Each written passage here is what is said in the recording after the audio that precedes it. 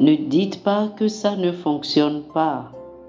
Ne dites pas que ça ne fonctionne pas. Chers amis auditeurs, bonjour. Bienvenue dans le train de la Rhapsodie des réalités de ce lundi 2 septembre 2024. L'écriture d'étude est Luc chapitre 6, le verset 45. Luc chapitre 6, le verset 45. La Bible dit: l'homme bon tire de bonnes choses du bon trésor de son cœur, et le méchant tire de mauvaises choses de son mauvais trésor, car c'est de l'abondance du cœur que la bouche parle. Le pasteur Christ dit ceci: lorsque vous parlez, il se passe des choses. Vos paroles sont puissantes. Elles créent ou détruisent. La Bible dit que la mort et la vie sont au pouvoir de la langue. Proverbe chapitre 18, verset 21. C'est la raison pour laquelle nous insistons sur la nécessité de bien parler et d'affirmer la parole de Dieu en toute occasion. Ce que vous dites est ce que vous obtenez.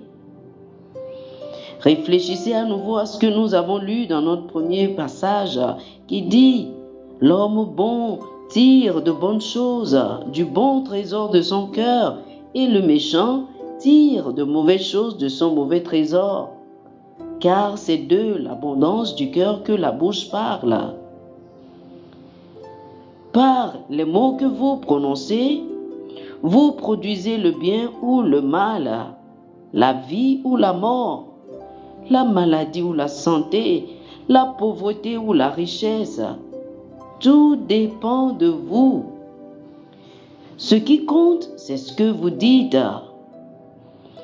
Vous pouvez dire: j'ai parlé, mais rien ne s'est passé. Qui vous a dit que rien ne se passait? C'est comme planter des graines et les déterrer avant qu'elles ne poussent. Les graines ne germent pas du jour au lendemain, mais une fois qu'elles sont plantées dans le bon environnement, elles poussent très certainement. Les mots sont des graines. Il faut donc continuer à parler de la parole. Comme nous le disons souvent, continuez à le dire, n'arrêtez pas d'en parler. Lorsque vous affirmez la parole, elle fonctionne. Ésaïe chapitre 55, versets 10 et 11 le dit. Le Seigneur a dit: comme la pluie et la neige descendent des cieux et n'y retournent pas sans avoir arrosé, fécondé la terre et fait germer les plantes, sans avoir donné de la semence au semeur et du pain à celui qui mange, ainsi en est-il de ma parole qui sort de ma bouche. Elle ne retourne point à moi sans effet, sans avoir exécuté ma volonté et accompli mes desseins. Cela montre la puissance, l'immutabilité, l'imprégnabilité et l'infaillibilité de la parole de Dieu. Êtes-vous conscient que vos paroles ont le même pouvoir? N'oubliez pas que vous lui ressemblez, que vous avez été créés à son image et à sa ressemblance. Tel il est, tel vous êtes dans ce monde, selon 1 Jean chapitre 4, le verset 17.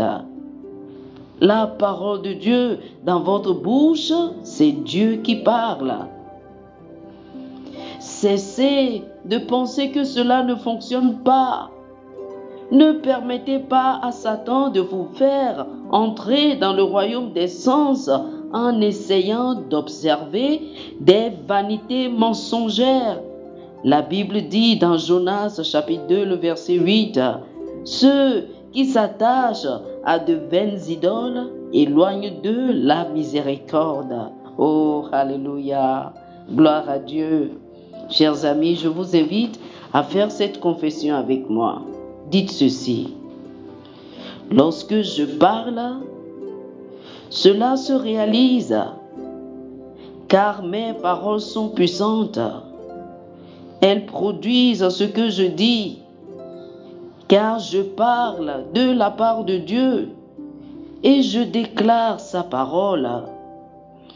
Ma vie est un témoignage de la bonté, de l'amour, de la miséricorde et de la grâce de Dieu.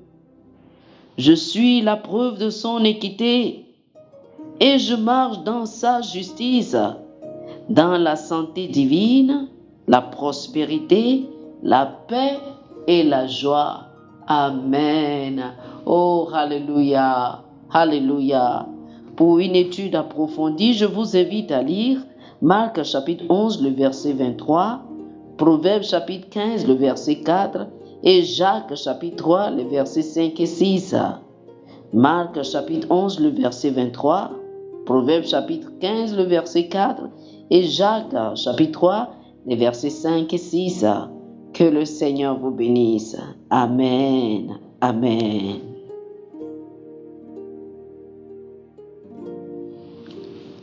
Chers amis auditeurs, nous espérons que vous avez été bénis par ce dévotionnel.